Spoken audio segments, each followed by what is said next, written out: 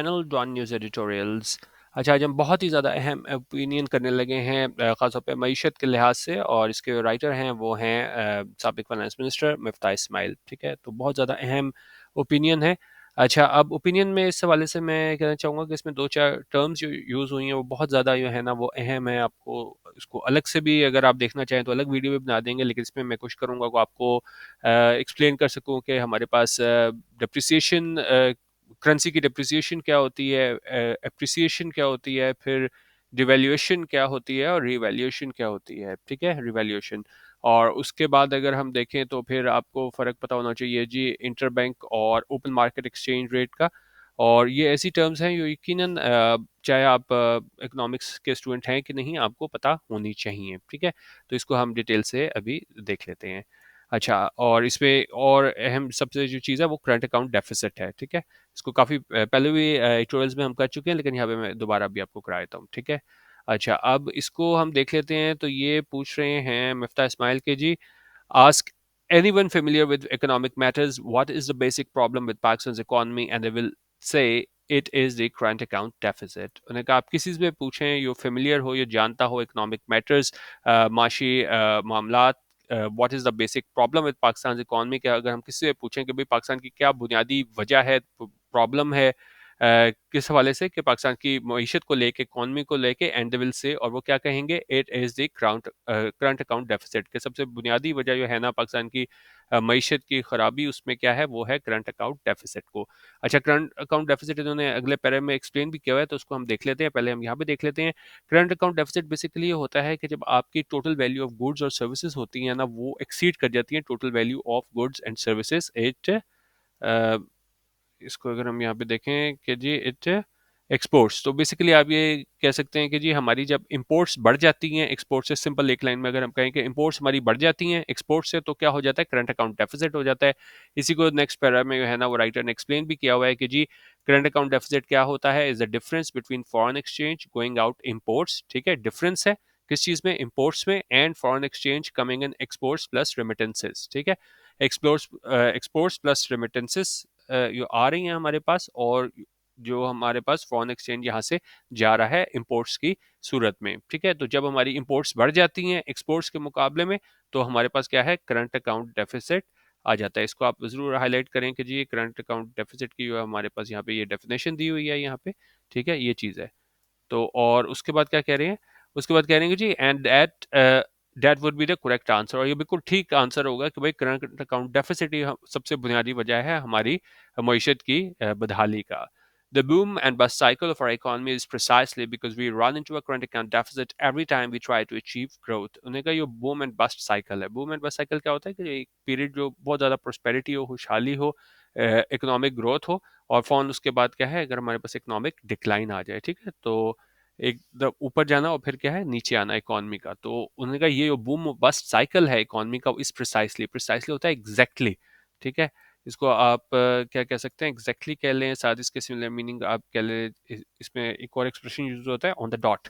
तो खैर आप इसको यहीं तक रखेंगे जी एग्जैक्टली, कि उन्होंने कहा जी वो हमारा बूम एंड बस्ट साइकिल है हमारी मईशत का, वो एग्जैक्टली क्या है, वो यही है कि जी because we run into a current account deficit every time we try to achieve growth, कि हम हमेशा करंट अकाउंट डेफिसिट में चले जाते हैं हर दफ़ा जब हम क्या है ग्रोथ अचीव करने की कोशिश करते हैं, यानी कि हमारी इंपोर्ट्स बढ़ जाती हैं और हमारी एक्सपोर्ट्स क्या हैं, घट जाती हैं। अच्छा, अच्छा, पाकिस्तान की हिस्ट्री के हवाले से ये बात करें, वो करेंगे जी in Pakistan case we have always had current account deficits except for 3 out of 75 years. उन्होंने कहा अगर हम 75 साल अपनी तारीख में बात करें तो सिर्फ हमारे पास जो है ना हमेशा हमारे पास करंट अकाउंट डेफिसिट रहा है सवाए 3 सालों के 75 सालों में। तो यहाँ से हम देख सकते हैं कितनी एक कंसिस्टेंट लगातार मसला है पाकिस्तान की मीशत के साथ current account deficit, meaning that we have always had less to sell to foreigners than our propensity to consume their products। और इसका मतलब क्या है कि हमारे पास हमेशा कम था सेल करने को फॉरेनर्स को, अगर इसका हम मुवाजना करें कि हम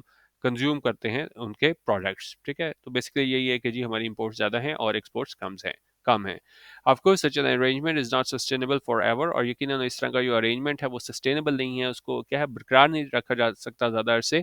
and we have reached a stage where it is not, और हम उस स्टेज पे पहुंच चुके हैं जहाँ पे अब ये सस्टेनेबल नहीं है कि हमारी इंपोर्ट्स इतनी ज़्यादा हों और जो हमारी एक्सपोर्ट्स जो है ना वो कम हों। अच्छा, अब थोड़ी और हिस्ट्री में जा रहे हैं, करेंगे जी, there was a time in the 1950s when पाकिस्तान's exports were more than South Korea's and the time in the 1990s when our exports were more than वियतनाम्स। उनका एक वक्त था 1950 में जब पाकिस्तान की एक्सपोर्ट ज़्यादा थी साउथ कोरिया से, और एक ऐसा भी वक्त था 1990 में जब हमारी एक्सपोर्ट ज़्यादा थी किससे, वियतनाम से। अब आज अगर हम इसका इन्हीं से इसका मुवाजना करें साउथ कोरिया से और वियतनाम से, तो फिर हमें पता चलेगा कि हम कहाँ खड़े हैं। करेंगे जी, today South Korea's and Vietnam's exports are 18 times and 6 times more than Pakistan respectively. उन्होंने कहा अब जो है ना वो क्या है, साउथ कोरिया और वियतनाम की एक्सपोर्ट्स जो है ना वो 18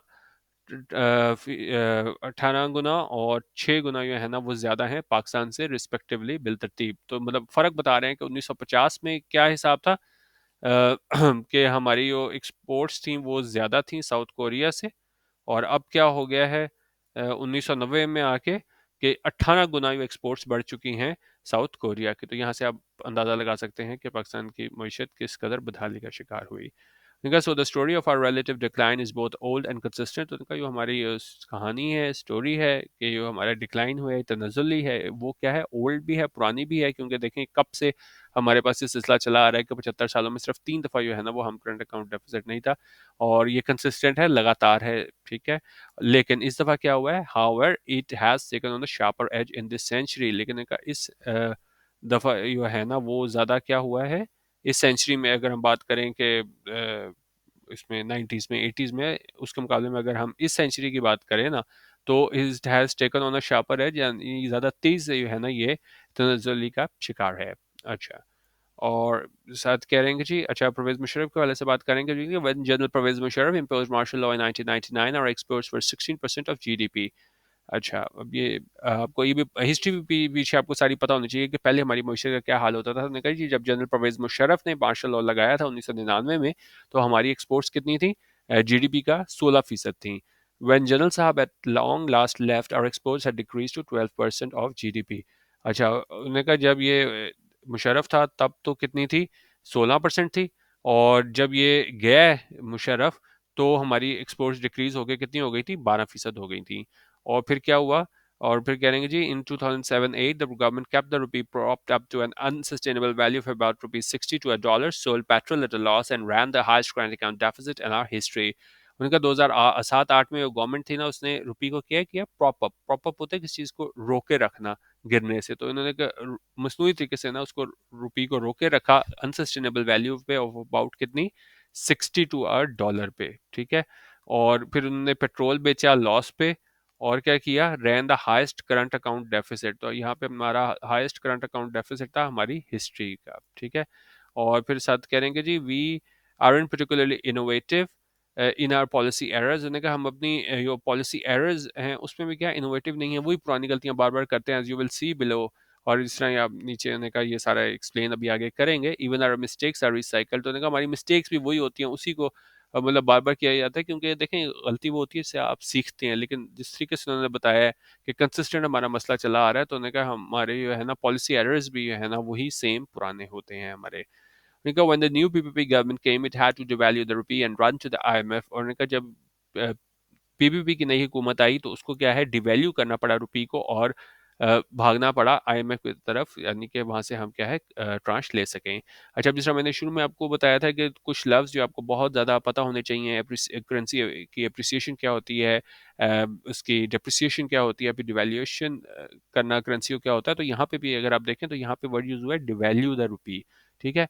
अब दो चीज़ों में वो फ़र्क आपको पता होना चाहिए, वो डिवैल्यू और डिप्रिसिएशन है। अब देखें जिस तरह फ़र्ज़ करें इस वक्त जो है वो मतलब रफ आइडिया हम बात कर लेते हैं, वैसे तो इससे ज़्यादा है, लेकिन अगर फ़र्ज़ करें कि जी $1 जो है ना वो पाकिस्तानी 200 रुपए के मुताबिक है, और हम डिवैल्यू करें रुपये को, तो इसका क्या मतलब है, डिवैल्यू करने का मतलब वो होता है कि इसकी रुपए की कदर में कमी आना। कि फ़र्ज़ करें 200 रुपए से लेके 220 रुपए हो जाता है $1 ना, तो उसको हम बोलेंगे डिप्रिशिएट करना। अच्छा, अब डिवैल्यू करना भी यही होता है कि आपकी रुपए की कदर में जो है ना वो कमी हो। लेकिन फ़र्क क्या होता है डिप्रिसिएशन में और डिवैल्यूएशन में, कि डिप्रिसिएशन में है मार्केट फोर्सेस जो होते हैं ना, डिमांड सप्लाई, उसके नतीजे में जो हमारे पास रेट आता है वो हमारे पास होता है डिप्रिसिएशन।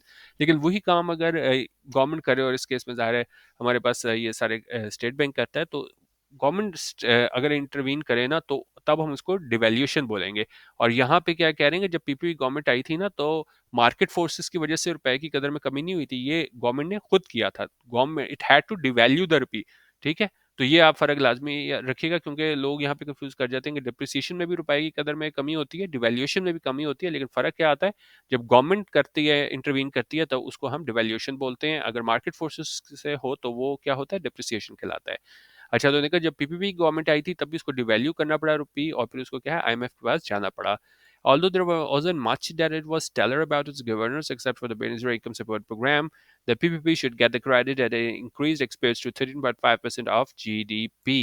अच्छा, उन्होंने कहा यो कोई ज़्यादा जो पीपीपी की परफॉर्मेंस थी वो क्या थी, स्टेलर नहीं थी। स्टेलर होता है कोई चीज़ बहुत ज़्यादा एक्सीलेंट, एक्सेप्शनल, ग्रेट, इंपॉर्टेंट, मतलब अच्छी परफॉर्मेंस नहीं थी पीपीपी की, लेकिन क्या कह रहे हैं, सवाए except for the Benazir income support programme, तो जो बेस्ट था बेनजीर इनकम सपोर्ट प्रोग्राम, उसके अलावा उन्होंने कहा उसकी कारकर्दगी कोई इतनी ज़्यादा बेहतर नहीं थी।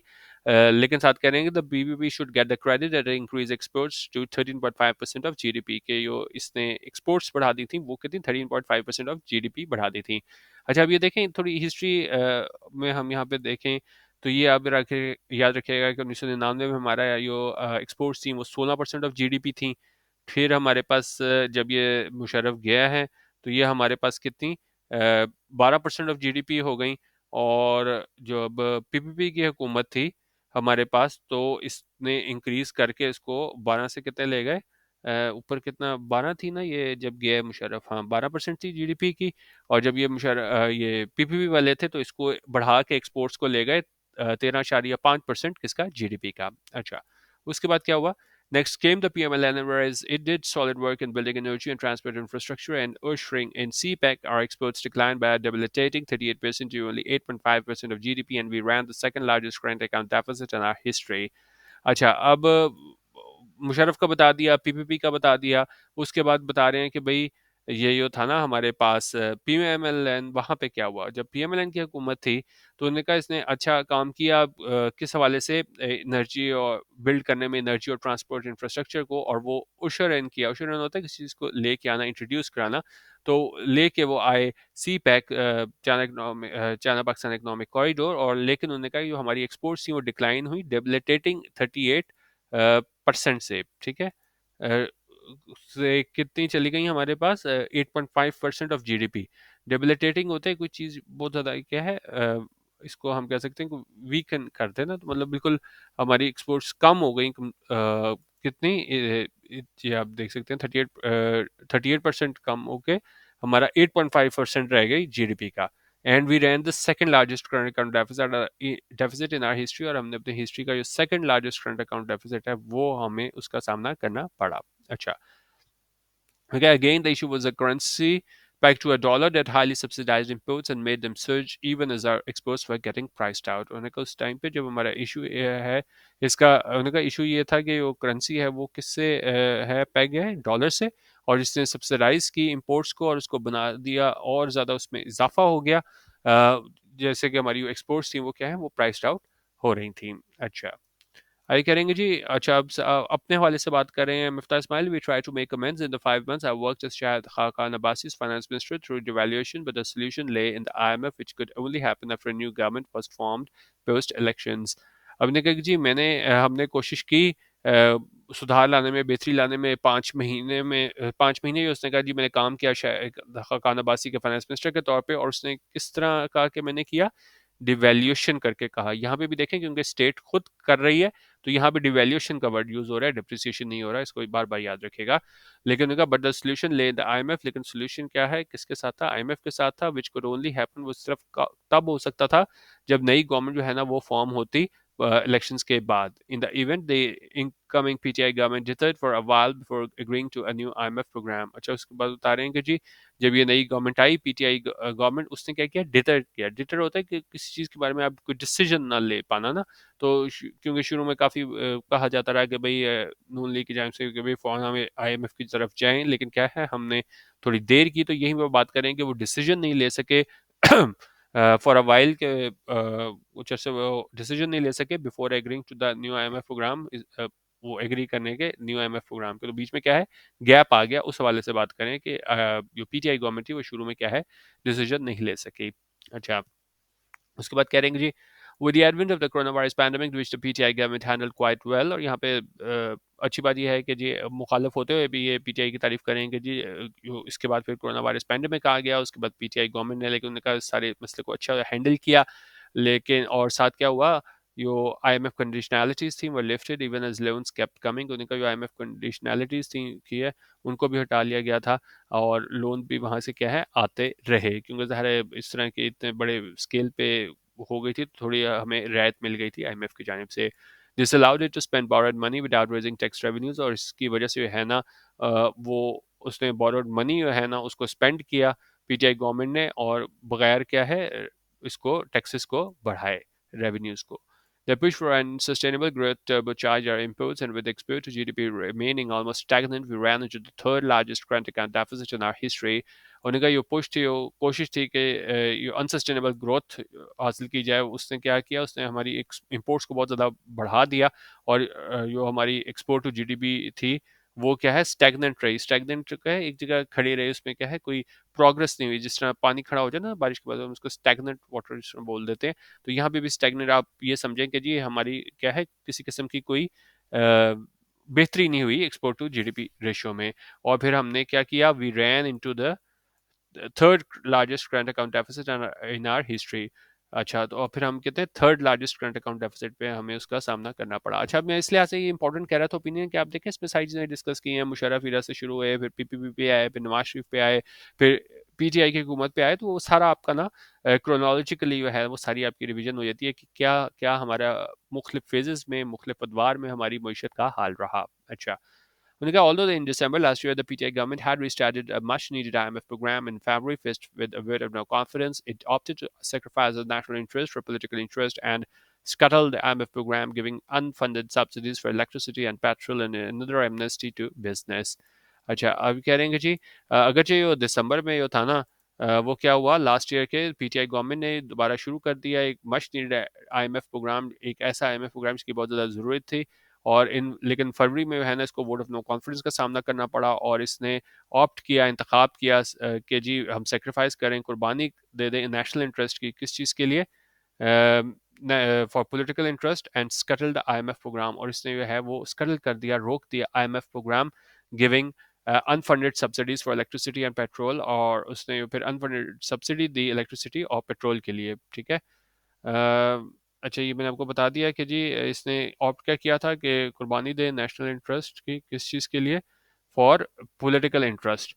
अच्छा, और अब ये बता रहे हैं कि किस तरीके से ना इसने अपने पॉलिटिकल इंटरेस्ट का ख्याल किया, पीटीआई ने ये तनकीद कर रहे हैं मिफ्ता इस्माइल के, उन्होंने जो है ना इस तरह का ये आईएमएफ प्रोग्राम उसको रोक दिया और फिर अनफंडेड सब्सिडीज दी इलेक्ट्रिसिटी और पेट्रोल की, और फिर एमनेस्टी दी बिजनेस की, तो ये इस तरह कह रहे हैं कि उन्होंने किस तरह अपना पॉलिटिकल इंटरेस्ट को जो है ना वो देखा बजाय इसके कि क्या है वो नेशनल इंटरेस्ट को देखते। It was this breaking of the IMF agreement that set in motion that upward trend in our default risk, और इनका ये जो आईएमएफ एग्रीमेंट जो हमने ब्रेक किया था वो वजह बना हमारे पास किस चीज़ में, ये हमारे पास डिफॉल्ट रिस्क के हवाले से जो है ना अपवर्ड ट्रेंड आया कि जी हम इसके मतलब करीब आ गए, इसलिए हम देखें बात बहुत ज़्यादा होती है कि जी हम डिफ़ॉल्ट के बहुत करीब आए। ठीक है, अगर पिछले कुछ 4-5 महीनों की अगर आप बात करें तो ठीक है। अच्छा, कह रही जी when the new government came we did what we had to do to renew the IMF program and avoid default। उन्होंने कहा जी नई गवर्नमेंट आ गई,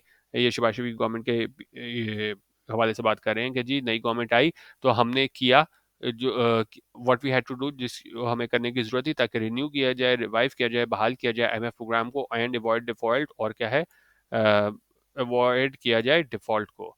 This obviously involved some hard choices and I was relentlessly criticized from all sides। उन्होंने कहा यकीनन इसके में शामिल थी कोई हमें सख्त फैसले लेने पड़े, और आई वॉज रिलेंटलेसली होते मतलब लगातार उन्होंने कहा बहुत ज़्यादा वो क्या है लगातार मुझे क्रिटिसाइज किया गया, तनकीद की गई फ्रॉम ऑल साइड्स हर तरफ से, इवन इसकी अपनी पार्टी की तरफ से अभी भी अगर आप देखें टॉक शोज तो इस पर तनकीद की जाती है मिफ्ता इस्माइल पे।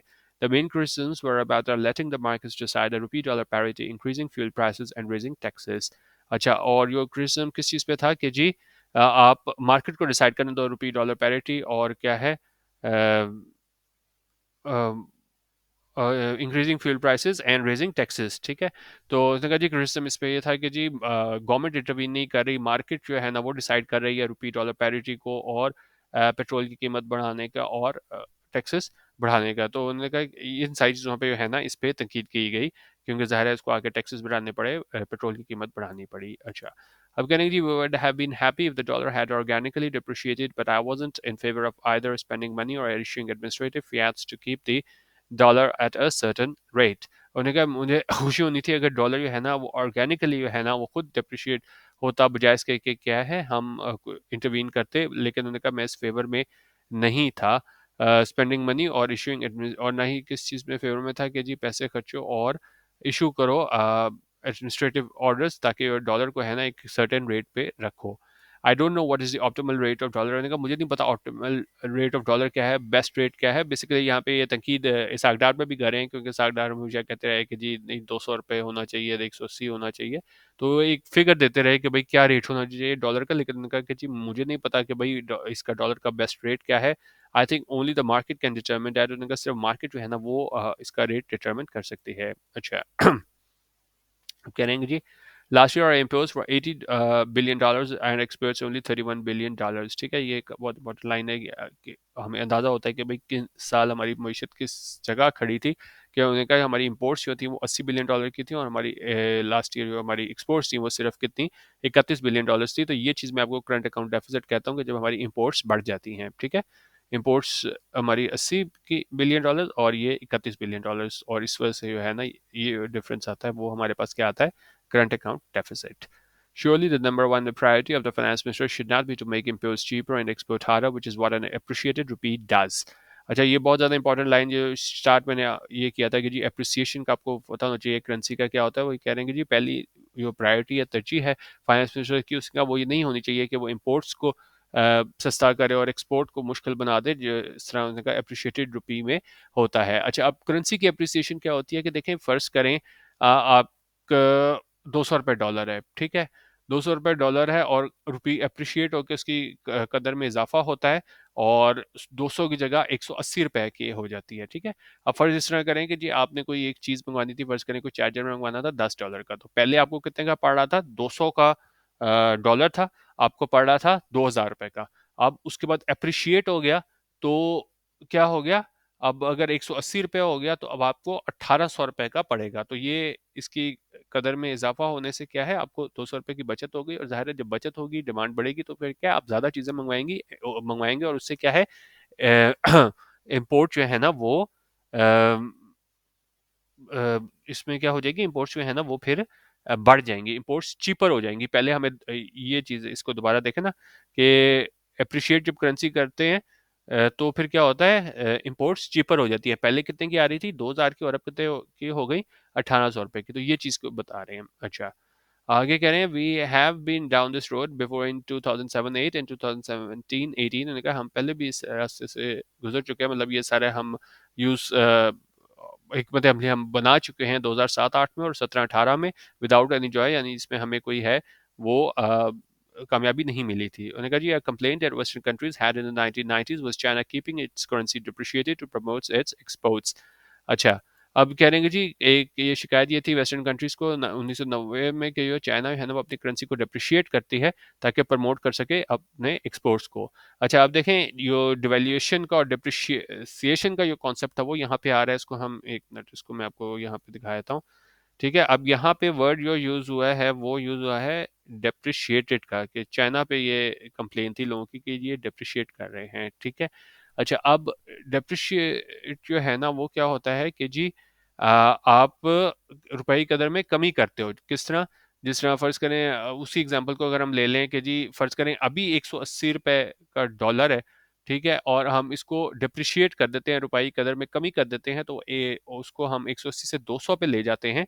तो फिर क्या हो जाएगा यहाँ पे हमारे पास, यहाँ पे अगर हम देखें ना तो फिर जिस तरह फ़र्ज़ करें अमेरिका, इस तरह अगर आप देखें कि अगर $1 की कोई एक चीज़ हमारे पास आ रही थी 1800 रुपए की, ठीक है, तो 1800 की चीज़ें मिल रही थी, अब उसको कितने की मिल रही होंगी चीज़ें? 2000 की चीज़ें मिल रही होंगी।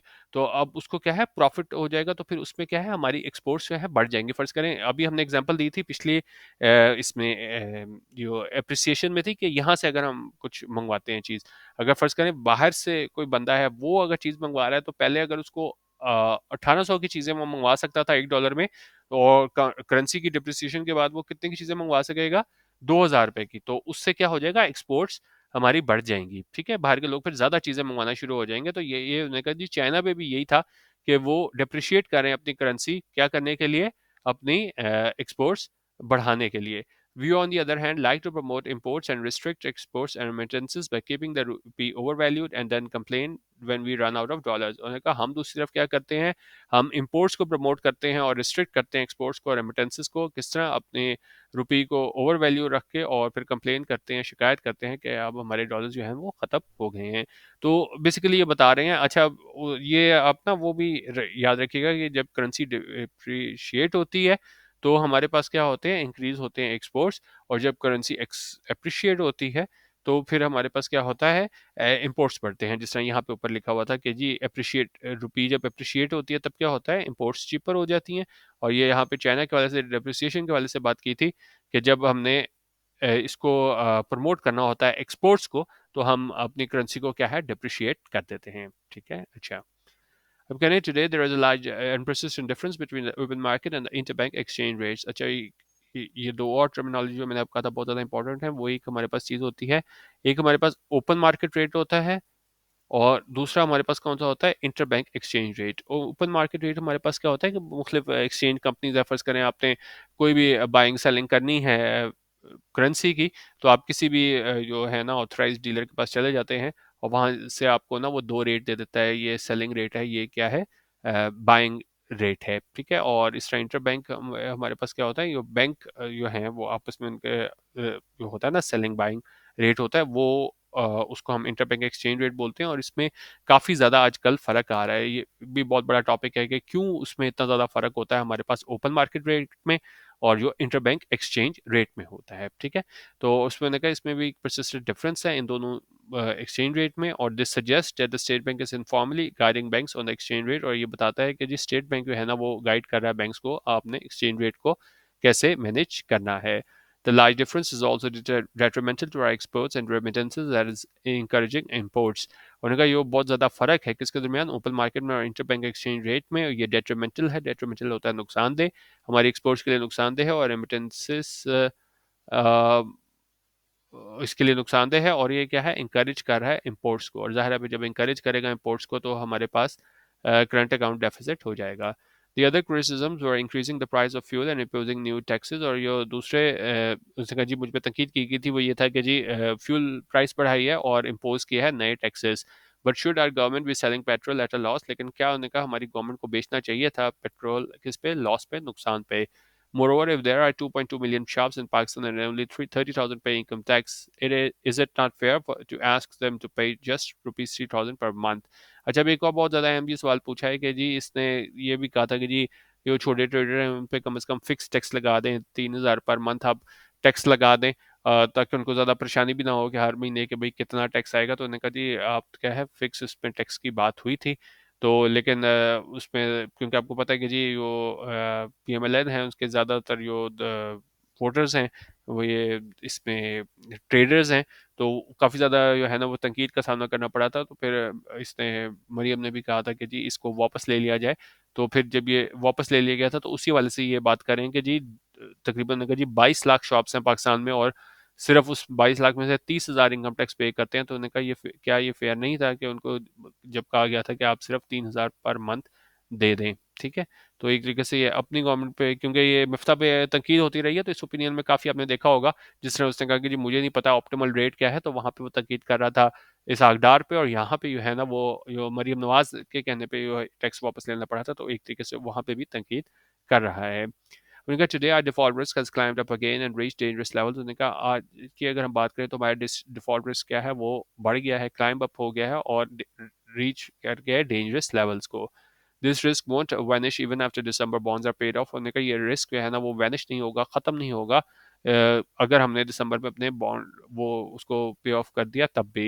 Eight the risk of sounding an alarm I have to say that we have no room left for error. और ने कहा कि जी मतलब एक तरीके से मतलब ये खतरे की अब वो एहसास दिला रहा है कि जी मुझे ये कहना पड़ेगा कि हमारे पास कोई भी गलती करने की गुंजाइश नहीं है। Concrete measures that reassure markets and lenders are urgently needed. और इन्हें कहा ऐसे मेजर्स के ऐसे इकदाम की ज़रूरत है जो कॉन्क्रीट हो और क्या हो ताकि रीश्योर किया जा सके ये मार्केट्स को और लेंडर्स को।